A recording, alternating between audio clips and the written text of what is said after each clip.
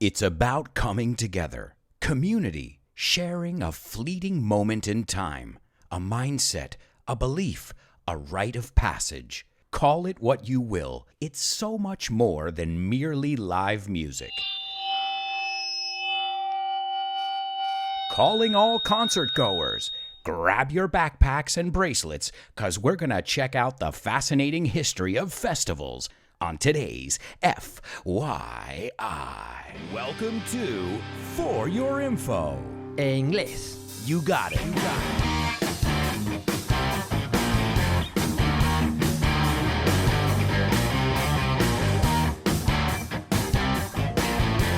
Hello, everybody, and welcome to another exciting edition of FYI. This is a podcast where we look at all kinds of different topics and we teach you English along the way. Remember, we've looked at some really interesting things already. Last week's episode was about sailing. The week before, we looked at beer. So make sure you check out past episodes. You can find them on iTunes, iVox, or wherever you listen to podcasts. Remember, you can also get them on Spotify as well. And if you guys want bonus content, PDFs with vocabulary and worksheets, and exclusive classes with me, well, you can find out about becoming a patron. It's patreon.com/Alberto Alonso. And there you can find out about all the different levels of membership. And while we're at it, I've got to say thank you to all of my patrons for making this podcast possible. So thank you so much, because many of you know this is self-produced. I do this purely out of love, so some of you support me, and well, I give you bonus content and much, much more. So if you want to find out more, you can go over to patreon.com/Alberto Alonso, and if you have any questions, of course, just let me know. And I want to send a huge shout out to my super duper star students, Desiree, Susie, Isabel, Alex, Boris,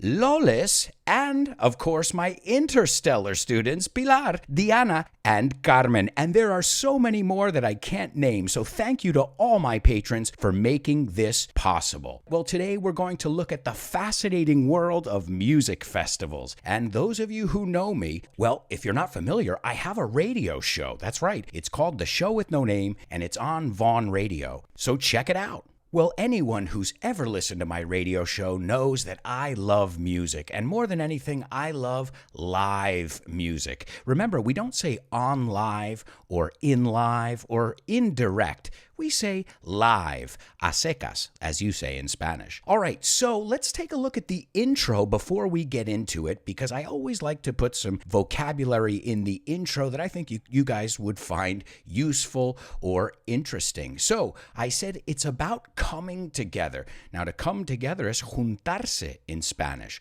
You know it from a Beatles song. Come together right now over me. You all know that song. Come together, juntaos. And then I said community. That's a word you probably recognize, comunidad. But I want you to be wary. To be wary is to be careful with the pronunciation. It's not community, it's community. Say it with me. Community. Then I said it's sharing a fleeting moment in time. Compartir is share. In fact, there's an expression that I love. Sharing is caring. Compartir es vivir, I think would be the translation in Spanish. So a fleeting moment in time. Fleeting meaning fugaz. Now, be careful though, because if we talk about una estrella fugaz, we're talking about a shooting star. This is fleeting. When we discuss moments or things like beauty, we say beauty is fleeting. So it is a fleeting moment when you're at a festival and, you're with people that you don't know, complete strangers, and you're sharing a moment of ecstasy, of pure joy, joyous felicidad, together with complete strangers. Well, that's something that a festival can do. Bring that sense of community, bringing people together, diverse people from all over the world. And we're going to talk about that. Then I said, it's a mindset. A mindset. I love this word because it's a cool word. A mindset is mentalidad, a mentality, an attitude. Remember, in Spanish, you say actitud with a C, but in English, it's attitude. There's no C sound in there, all right? So say that with me. It's an attitude. Then I said it's a belief. una creencia. Let's not get confused with those two words. To believe es creer, and a belief, una creencia. I went on to say, y entonces dije, a rite of passage. A rite of passage. This is another thing that is a cultural thing. And as you guys can see by this intro here, we're talking about community, we're talking about culture, we're talking about diversity, and we're talking about music festivals. This is so much more than just music, as I said before. A rite of passage, I think you would say, un rito de iniciación. You know, it's like a changing or a turning point in one's life, something that you do to go on to manhood or womanhood. Then I said, call it what you will. Llámalo como quieras. Call it what you will. It's so much more than merely, does that word ring a bell o suena? Meramente, right? Mere is mero, so meramente is merely live music. Then I said, calling all concert goers, llamando a todos los asistentes de concierto. I like this idea of goers. A goer is somebody who attends, que asiste, a algún sitio. So a churchgoer goes to church regularly. A concert goer goes to concerts. So a festival goer? You guessed it. A festival goer goes to festivals. And I must say, I am a concert goer. I am a festival goer. No doubt about it. Then I said, grab your backpacks. Grab es coger. We use this word a lot in English. You should familiarize yourself with the word grab. Grab your backpacks. In American English, we say backpacks para mochila. But in England, they say rucksacks. Just FYI, if you're backpacking around, just know that if you're in England, you're carrying a rucksack. And if you're in the United States, you're carrying a backpack. And your bracelets. Another word that I think you guys recognize. Bracelete, right? Bracelet, pulsera, bracelet. Just be careful with the pronunciation. And when I talk about bracelets, I'm not talking about diamond bracelets or, beautiful jewelry. I'm talking about the bracelets you need to get into a concert, right? And some people even collect these bracelets. I know a few people who have been wearing concert bracelets for 10 years. Yeah, I don't want to think about the bacteria on it either. Now, let me make something really clear here. We're going to talk about music festivals primarily, because there are so many different kinds of festivals, especially nowadays. But I think today we really want to concentrate on the modern music festival that's so popular every summer. In fact, the reason I chose this was because this coming weekend is the anniversary of Woodstock, one of the most famous, iconic music festivals ever. And we're going to talk a little bit about that later on in the show. So, are you guys concert goers? Are you festival goers? What do you prefer? I have to say, I prefer festivals. But there are festivals and there are festivals, as with everything. But when you go to a concert, it's good because you're connecting with everybody and there's a communal feeling. But at a festival where you go there and you kind of live there on the grounds, that's something special because now you're sharing space with these people that you don't know for sometimes 3, 4, 5 days in a row. In a row means consecutively. Literally is en una fila. So when did music festivals start? Well, like everything, we have to rewind.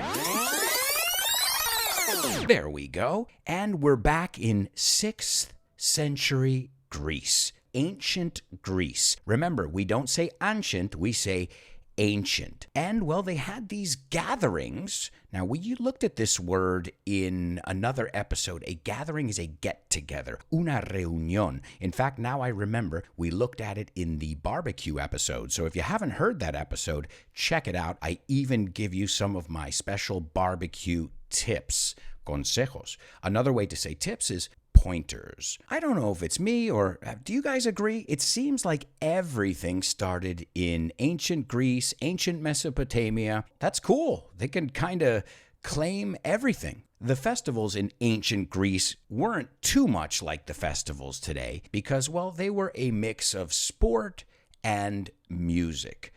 But now that I think about it and I say that, what is the Super Bowl? The Super Bowl is a mix of sports and music, if we're talking about the halftime show. So with this idea of mixing these different things came from ancient Greece, like everything. So let's look at the term festival. Where did it come from, this word festival? Well, it first showed up in the English language in the middle of the 16th century, el siglo XVI, and it derived from the word feast. Now, feast is a big meal. I think you say festín in Spanish, right? So it makes sense. A feast is something that you normally have during a festival, and that's always centered around the harvest, la cosecha. So it's got its roots in festivals celebrating the harvest. Okay, but Alberto, when did the modern festival come about? The festival that we are all familiar with these days. All right, well, the music festival came about in 1952. Now, my mother was 1 year old.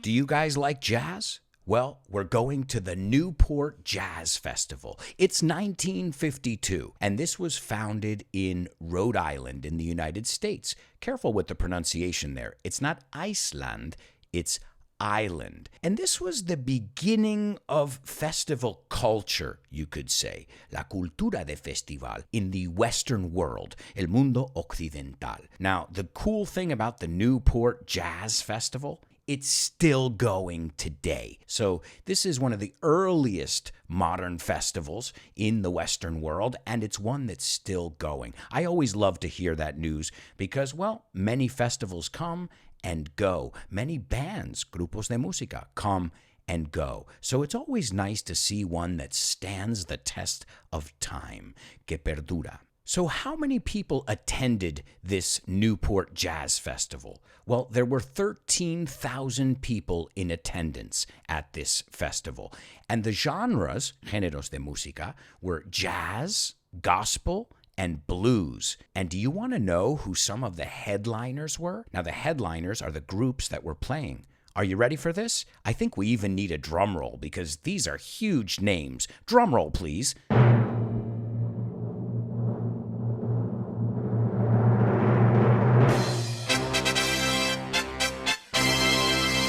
Billie Holiday and Ella Fitzgerald. Yeah, they were headlining the Newport Jazz Festival in 1952. Man, there were a lot of other artists and other things going on, and all that jazz. Okay, I tried to make a joke. It was a really bad joke. My apologies. But I'm going to teach you an expression. And all that jazz is y todo eso, y todo lo que conlleva, y todo el resto, and all that jazz. Now, a lot of the locals in Newport, Rhode Island, ask themselves, what are these kids doing? These young people, they're crazy. They're out of their minds. They're sleeping in tents, in public parks, outside, listening to music for 3 days. What's wrong with these kids? And, well, I don't know what they were thinking, but I know when I've gone to festivals, half the fun is sleeping at the festival, pitching your tent. To pitch a tent es poner una tienda de campaña. That's half the fun. Walking around the campsite, meeting people. As I said, festivals are all about community. Do you know how many people I've met at music festivals? But the people in Newport, Rhode Island, they were scratching their heads saying, what's wrong with these kids? And well, look, it was so successful that 7 years later, in 1959, there was a sibling festival. Now, sibling es hermano. This is a good word to know because if you want to say to someone, do you have any brothers or sisters? It's kind of a long sentence. It's easier to say, do you have any siblings? ¿Tienes hermanos? And this is male or female. So in 1959, another festival started, and this was also in Newport, Rhode Island. It was called the Newport Folk Festival. So we had the Jazz Festival in 1952 and the Folk Festival in 1959. De hecho, vamos a ver esta palabra folk right? We don't pronounce that L. We don't say folk, we say folk. Folk festival. And in fact, folks es gente. But if we say my folks, estoy hablando de mis padres. So if I say my folks are nice folks, I'm saying mis padres son buena gente. Yeah, I know, English is weird. Don't shoot the messenger. Now, I know what you're thinking. How can you top es mejorar, the Newport Jazz Festival? Billie Holiday, Ella Fitzgerald. Well, this one topped it. And in fact, it topped it for a controversial reason. Bob Dylan, in fact, was the reason. I don't know if you guys have heard about this, but this was a revolutionary day in music. And this was, again, at the Newport Folk Festival in 1959. And why? Because, well, it wasn't a rock festival. It wasn't a blues festival. It was a folk festival. And folk music is pretty chilled out, tranquilo. Otra forma de decirlo, it's very mellow. But Bob Dylan, being Bob Dylan, the rebel that he is, decided to plug in his guitar and start playing the electric guitar, and people went nuts. He was criticized. They said, what is this guy doing? He's playing an electric guitar at a folk festival. Is he out of his mind? And this started this rock and roll revolution. He basically electrified rock and roll and brought it to folk audiences. And as I said, now it's legendary. In fact, I've included a link. If you guys want to check it out, I put a link of that performance. But it was heavily criticized. But most geniuses usually are. But either way, what is Bob Dylan supposed to do? Is he supposed to follow the rules? No, he's Bob Dylan. He's a rebel. He was born to break the rules. And that's exactly what he did at the Newport Folk Festival. But he changed the game. You guys, I think you say, cambió las reglas del juego. We say he changed the game. Now, another game-changing festival was the Monterey Pop Festival. This was created in California in 1967. Now, this was the first festival in the United States that was trying to be a festival. They wanted it to be not just about music. They wanted it to be about art, about expression, about community, and capturing the ideals and the thoughts of society as a whole, sociedad en general. And guess what? They succeeded. Tuvieron éxito. This was one of these festivals that if you were there, you were at a moment in history that can never, ever be repeated. It's the Monterey Pop Festival. By the way, you can find performances of all of these on the internet, even by YouTubing Monterey Pop Festival or Newport Folk Festival. As I said, I've included some links in there for you either way. The Monterey Pop Festival supposedly kicked off, arrancó, inició, the Summer of Love. So this is where they realized that if they got enough people together who wanted to make change and wanted more than just music, they wanted to get together, they wanted to share ideas, that they could do it. And that is when the modern festival as we know it was born. Now, many festivals try and be like this festival, but this one just had something special.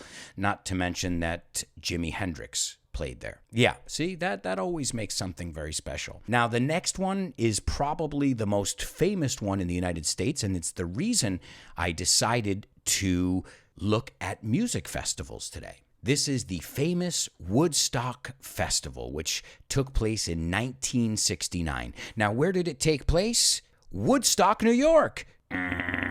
Nope, not Woodstock, New York. It took place in Bethel, New York. It was supposed to take place in Woodstock, New York, but the people of Wallkill, that area in New York, they backed out. They said at the last minute, nope, no deal, no hay trato. So they had to find a new venue, a new place to have their concert. Part of what made Woodstock such a fascinating thing is that it almost didn't happen until a man named Max Yasgur came out of nowhere, a dairy farmer now dairy is lácteo, and he said, guys, I've got a huge farm. Let's make it happen. I think we can do it here. So his farm was in Bethel, New York, and the festival ended up moving to Bethel, New York.